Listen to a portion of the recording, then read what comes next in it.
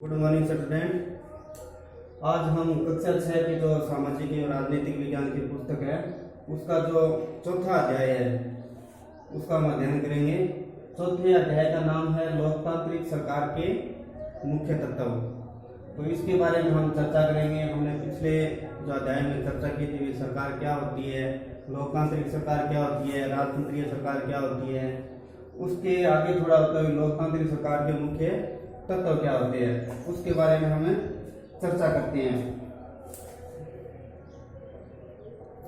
इसमें हम पढ़ेंगे कि लोकतांत्रिक सरकार को किन किन लोगों की भागीदारी होती है और न्याय समानता के इसमें तत्व शामिल होते हैं। ये सभी लोकतांत्रिक व्यवस्था को सफल बनाते हैं। इनके बारे में हम अध्ययन करेंगे आज।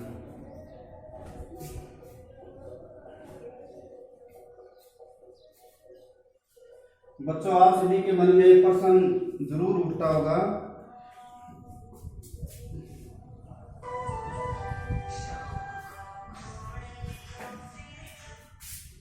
अगर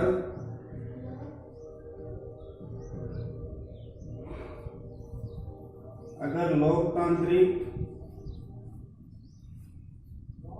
व्यवस्था ना तो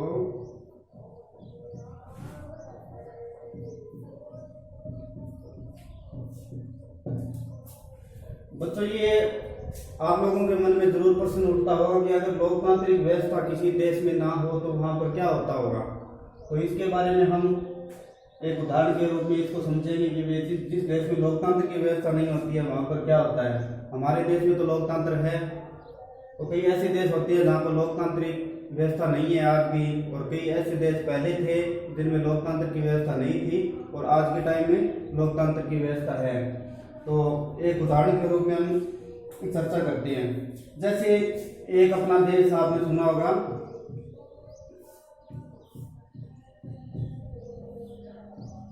दक्षिणी अफ्रीका। एक उदाहरण के रूप में हम दक्षिणी अफ्रीका का उदाहरण ले रहे हैं। यहाँ पर पहले लोकतंत्र की व्यवस्था नहीं थी। यहाँ पर श्वेत लोगों को अपना मनमाना चलता था। ये जो श्वेत लोग होते थे वो अश्वेत लोगों पर अत्याचार करते थे। और श्वेत का मतलब हो गया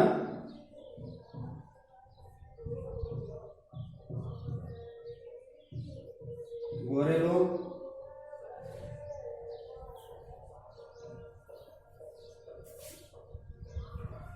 अश्वेत का मतलब हो गया काले या फिर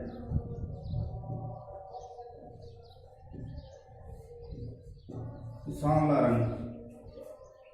यहाँ पर नस्ल भेदी वाला सिस्टम था। जो लोग एक दूसरे से जलते थे। जो श्वेत लोग थे वो अश्वेत लोगों पर बहुत अत्याचार करते थे। वहाँ की जो अच्छी अच्छी जमीनें थी वो श्वेत लोगों के पास रहा करती थी और श्वेत लोगों के लिए अलग से हॉस्पिटल हुआ करते थे, अश्वेत लोगों के लिए अलग से हुआ करते थे। यहाँ तक कि एम्बुलेंस भी अलग अलग हुआ करती थी। और एम्बुलेंस की छोड़ो, मतलब बस स्टैंड, रेलवे स्टेशन तक अलग अलग होते थे इन लोगों के। तो इस प्रकार वहाँ पर लोकतंत्र की व्यवस्था नहीं थी। तो सभी लोगों को समानता का अधिकार नहीं था। वहाँ पर लोग एक जैसे समान नहीं थे। तो इस प्रकार हम आपको एक कहानी भी बताते हैं। कहानी के माध्यम से समझेंगे कि वहां पर कैसा कैसा अत्याचार होता था।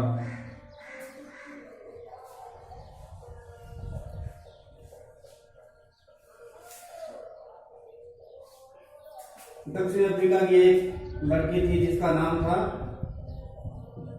माया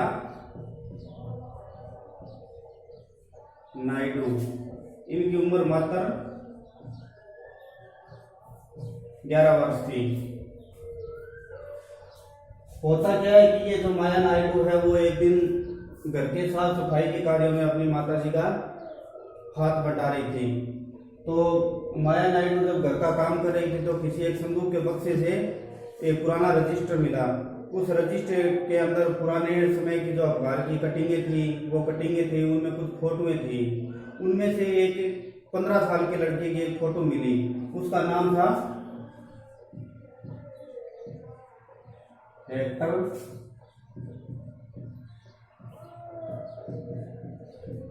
पीटरसन।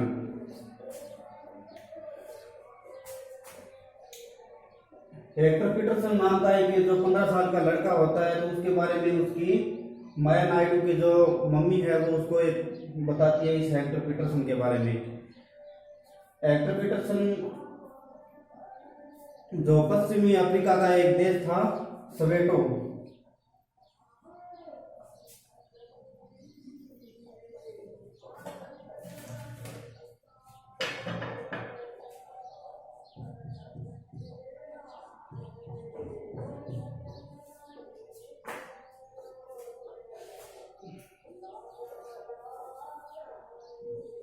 ये देश था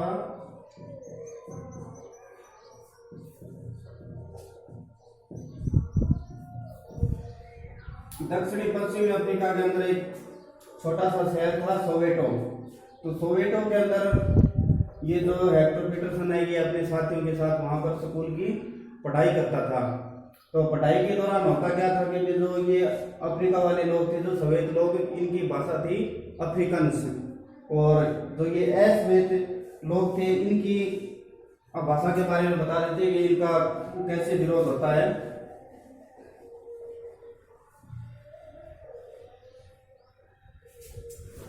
बच्चों देखते हैं कि श्वेत लोगों की भाषा थी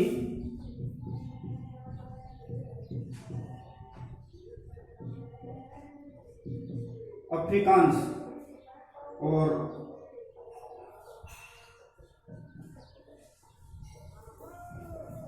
जो अश्वेत लोग थी उनकी भाषा थी जुल्लू।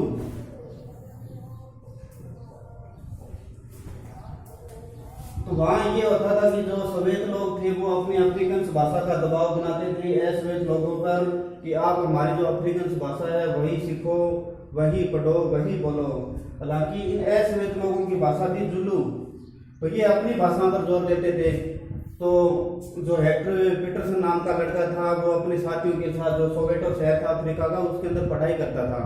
तो उसको ऊपर जब ये सफेद लोगों द्वारा अत्याचार किया गया अफ्रीकन भाषा को सीखने के लिए, तो उन्होंने अपने साथियों के साथ मिलकर इस घोर अत्याचार का विरोध किया। तो विरोध के दौरान वहां पर धरने प्रदर्शन हो रहे थे, जुलूस निकल रहे थे। तो वहां पर जो दक्षिणी अफ्रीका की जो पुलिस थी उन्होंने भीड़ पर गोलियां चला दी। तो गोलियां चलाने से क्या होता है कि वे जो गोली थी वो हेक्टर पीटरसन को लगती है और हेक्टर पीटरसन की उस गोलीबारी के दौरान उसकी मौत हो जाती है। जब वो माया नायडू की मम्मी जो माया नायडू को बता रही थी, तो माया नायडू को बहुत आश्चर्य हुआ कि आज से पहले के जो समय था वो ऐसा भी था। तो मतलब माया नायडू को ऐसा विश्वास नहीं हो रहा था कि ऐसा भी हो सकता था, लेकिन ये हकीकत थी।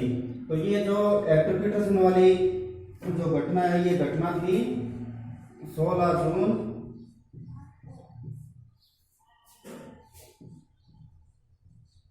1976 की घटना थी। ये 16 जून 1976 को जो पुलिस द्वारा जो गोलीबारी की गई थी उसके अंदर हेक्टर पीटरसन की मौत हो जाती है। तो इस प्रकार से जो दक्षिणी अफ्रीका के अंदर जो नस्ल भेदीय टिप्पणी होती थी या जो सफेद लोगों का अश्वेत लोगों पर जो अत्याचार किया जा रहा था उसके बारे में माया नायडू को इस कहानी के माध्यम से पता चलता है। बाद में आगे चलकर क्या होता है कि इसके बारे में लोगों ने लंबा संघर्ष करते हैं, लोग विरोध करते हैं, आवाज उठाते हैं। तो इसका एक बहुत बड़ा देश के अंदर एक आंदोलन खड़ा हो जाता है। तो एक दक्षिण अफ्रीका के जो मशहूर नेता थे इनकी पार्टी का नाम था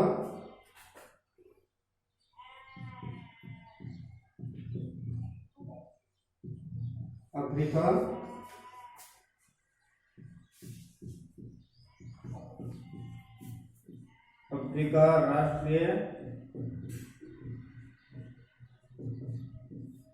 इसी पार्टी के एक नेता हुए थे जो दक्षिण अफ्रीका के बहुत मशहूर नेता थे नेल्सन मंडेला।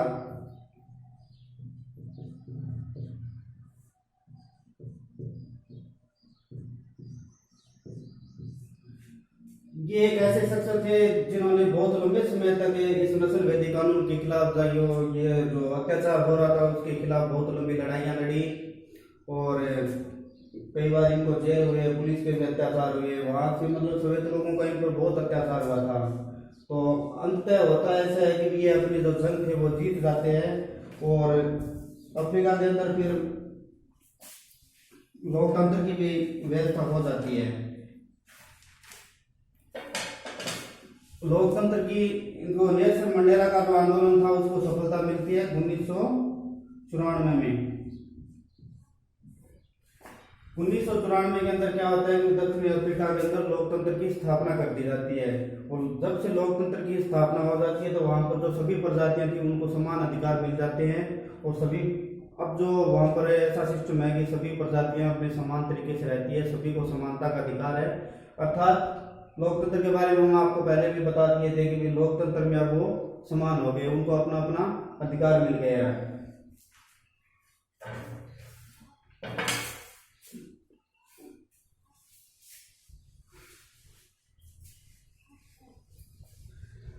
अब आगे समझते हैं कि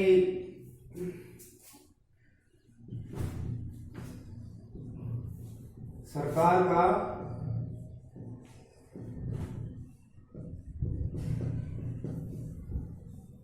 लोकतांत्रिक होने से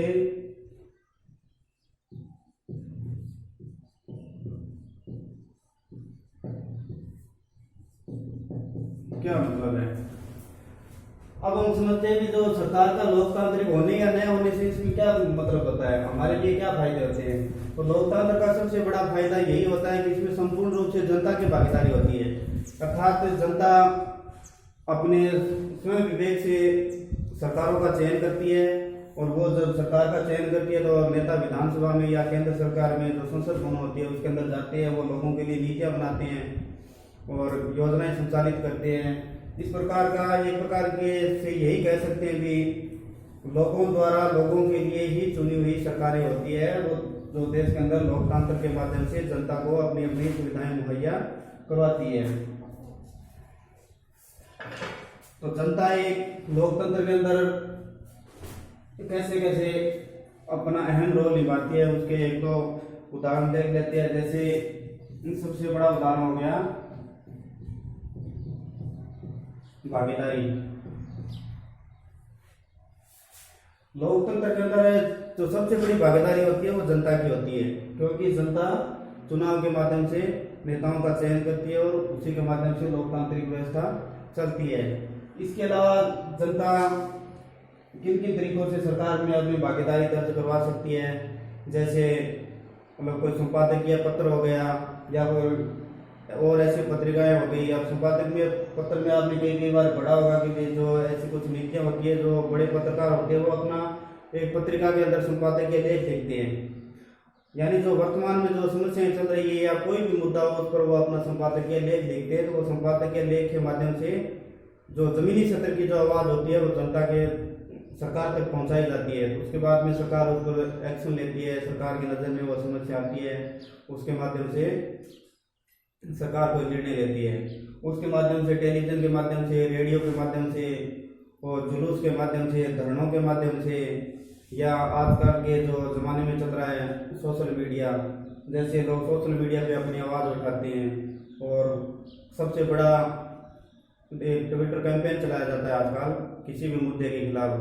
तो जब वो ट्विटर जब ट्रेंड करता है तो सरकार की नज़र जाती है उस पर। जैसे पीछे ऐसे ट्विटर ट्रेंड किया गया था,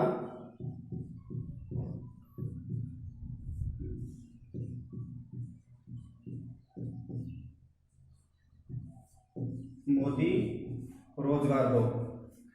इस प्रकार ये सभी टीचरों और जो बेरोजगार युवक थे उनके द्वारा ये चलाया गया था ट्रेंड था। ये बहुत अच्छा ट्रेंड किया था। तो ट्विटर पर जो जनता आवाज़ उठाती है उनके माध्यम से सरकार तक आवाज़ पहुंचाई जा सकती है। तो सरकार उन पर फिर दोबारा एक्शन लेती है, उसके बारे में कुछ अपनी नीतियों का चयन करती है। और भी कारण हो गया, जैसे एक बार पीछे की बात है, आप लोगों को याद होगा सन 2005 की बात है।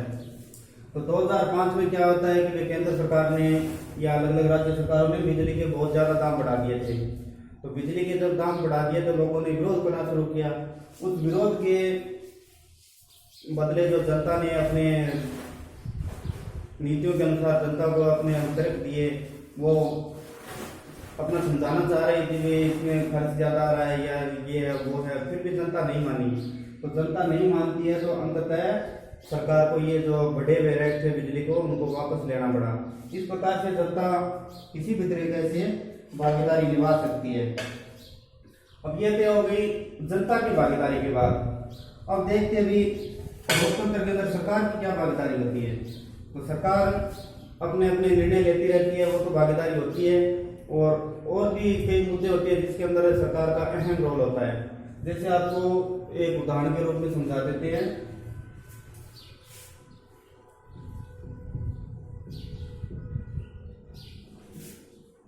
कर्नाटक और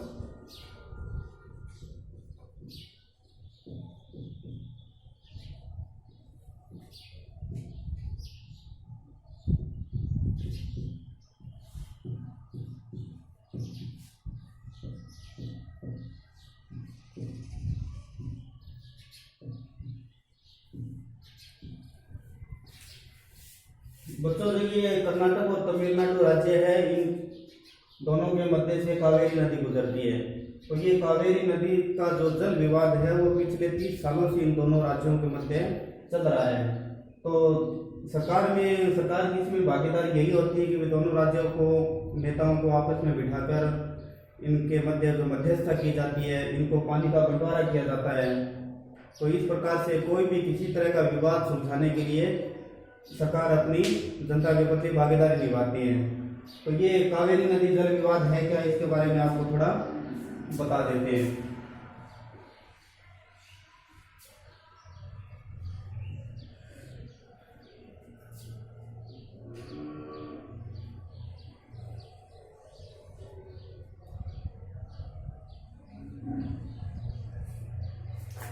बच्चों, ये हो गई कावेरी नदी। तो कावेरी नदी के अंदर होता क्या है, ये जैसे ये ऊपर से नीचे तक बहती है, जैसे उदाहरण के रूप में ये समझ लीजिए। ये हो गया इसका ऊपरी छोर और ये हो गया इसका निचला छोर। तो यहाँ पर होता क्या है कि वो जो कर्नाटक के अंदर यहाँ पर एक कर्नाटक में जो बांध बना हुआ है उसका नाम है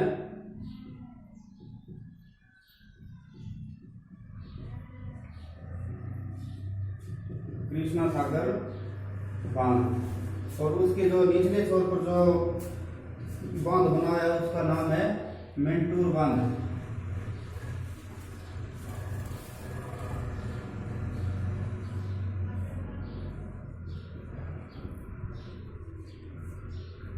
ये अपना तमिलनाडु में है।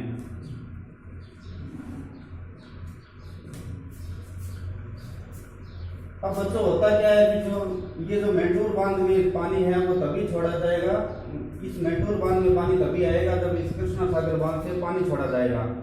तो कई बार विवाद इतना बढ़ जाता है कि कर्नाटक सरकार अपनी दुहाई देती है कि हमारे खुद के अंदर पानी इतना है नहीं कि हम आगे छोड़ सके, क्योंकि जो ये कृष्णा सागर बांध है इसके माध्यम से पूरा बेंगलुरु शहर के अंदर पानी की सप्लाई की जाती है, अन्य भी सिंचाई के माध्यम से काम नहीं किया जाता है। तो कर्नाटक की सरकार अपना कर देती है, और जो तमिलनाडु की सरकार है इनके मैदानी भागों में इसी मेंटूर बांध के माध्यम से सिंचाई की जाती है। तो तमिलनाडु की सरकार अपना तर्क देती है। इस प्रकार से इन दोनों राज्यों के मध्य विवाद चलता रहता है। तो विवाद को सुलझाने के लिए केंद्र सरकार को बीच में आकर के इन दोनों राज्यों के बीच में पानी का बंटवारा करना पड़ता है। तो इस प्रकार से हम उदाहरण के रूप में समझे हैं कि जो सरकार होती है वो मध्यस्थता के माध्यम से भी जनता के प्रति अपनी भागीदारी दर्ज करवाती है। इस प्रकार भी सरकार की भी, लोकतंत्र में सरकार की भी भागीदारी होती है, जनता की भी भागीदारी होती है। इस प्रकार से ये भागीदारी चलती है।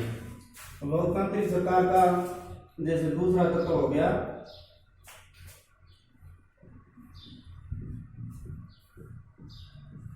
समानता एवं न्याय। बच्चों, ये समानता है न्याय जो लोकतांत्रिक सरकार का मुख्य तत्व होता है। इसके अंदर लोकतंत्र की मुख्य विशेषता होती है कि लोकतंत्र के अंदर लोगों को सभी को समानता का अधिकार मिले, सभी को न्याय मिले, किसी के साथ भेदभाव न हो। लोकतंत्र के अंदर हम किसी के साथ भेदभाव नहीं कर सकते। जैसे पीछे होता था कि छुआछूत वाला सिस्टम था कि इन लोगों को नहीं छूना है, या ये क्लास में नहीं बैठ सकते, ये बाहर बैठेंगे, ये इस नल का पानी नहीं पी सकते, ये वो मंदिर में नहीं जा सकते। इस प्रकार ये समानता के लिए जो बाबा साहब अम्बेडकर थे उन्होंने लंबी लड़ाई लड़ी।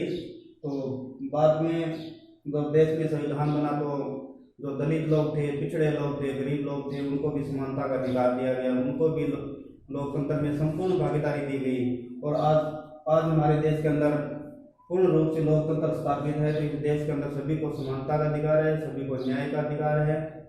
इस प्रकार से ये लोकतांत्रिक सरकार का ये भी एक मुख्य तत्व होता है। तो बच्चों, हमने ये अच्छी तरह से पढ़ लिया। पिछले अध्याय में हमने पढ़ा था कि लोकतांत्रिक सरकारें क्या होती है, कैसे काम करती है, इनका गठन कैसे होता है, इनके बारे में पढ़ लिया। और आज जो 4 नंबर का अध्याय था, इसके अंदर हमने पढ़ लिया कि लोकतांत्रिक सरकार के मुख्य तत्व क्या होते हैं। लोकतांत्रिक सरकार में जनता की भागीदारी, सरकार की स्वयं की भागीदारी लोकतंत्र में किस प्रकार से स्थापित की जाती है, इसके बारे में हमने अध्ययन किया।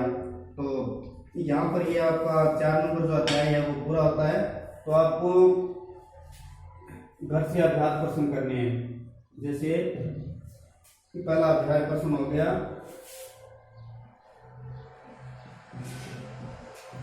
आज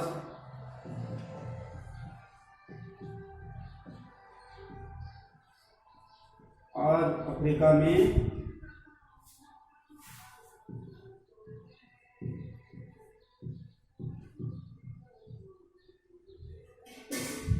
माया नायडू की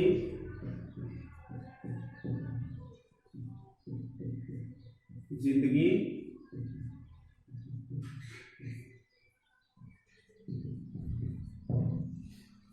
आज अफ्रीका में माया नायडू की जिंदगी कैसी है। क्योंकि हमने आपको पीछे माया नायडू वाली कहानी बताई थी, तो आज आपको ये प्रश्न घर से हल करके लाना है कि क्योंकि अब अफ्रीका के अंदर 1994 से लोकतंत्र की स्थापना हो जाती है वहाँ पर। तब लोकतंत्र जब स्थापना हो गया तो आज माया नायडू को वहाँ पर क्या क्या अधिकार मिले हुए हैं, लोकतंत्र वहाँ पर कैसा है, इसके बारे में आपको घर से लिख कर लाना है।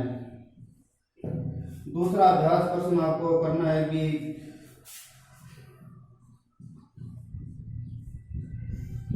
किन किन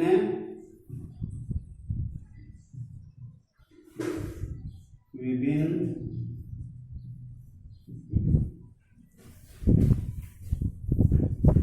तरीकों के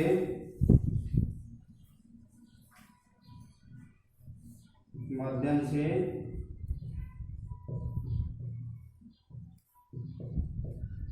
लोकतंत्र में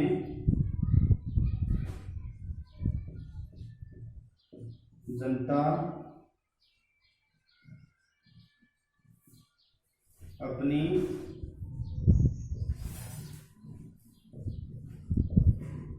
भागीदारी दर्ज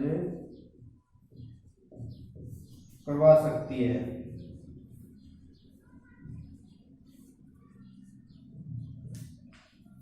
बच्चों, दूसरा प्रश्न आपका ये हो गया कि किन किन विभिन्न तरीकों के माध्यम से लोकतंत्र में जनता अपनी भागीदारी दर्ज करवा सकती है।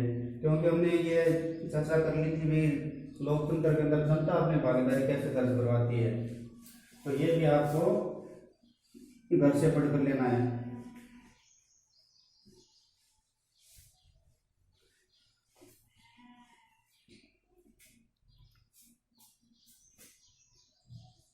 बच्चों, तीसरा प्रश्न आपको ये करके लाना है,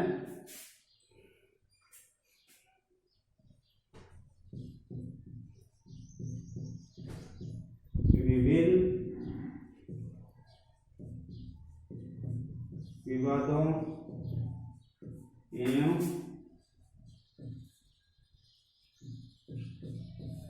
मुद्दों को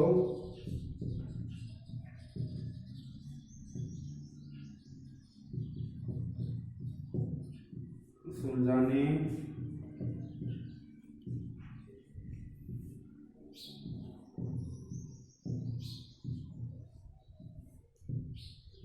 सरकार की क्या जरूरत है।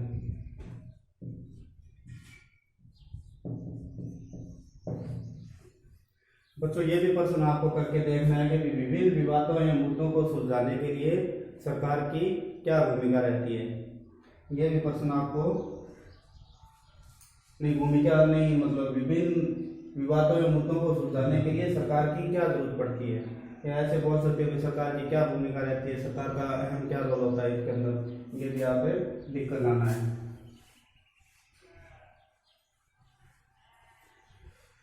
इस प्रकार बच्चों अपना ये जो चौथा अध्याय है लोकतांत्रिक सरकार के मुख्य तत्व, ये यही अंतर हमारा संपन्न होता है। और आगे हम किसी और अध्याय के बारे में चर्चा करते हैं। आप इसको अच्छी तरह से घर पर इस अध्याय का दोबारा अध्ययन करें और आगे किसी और अध्याय की चर्चा करेंगे। तब तक के लिए जय हिंद।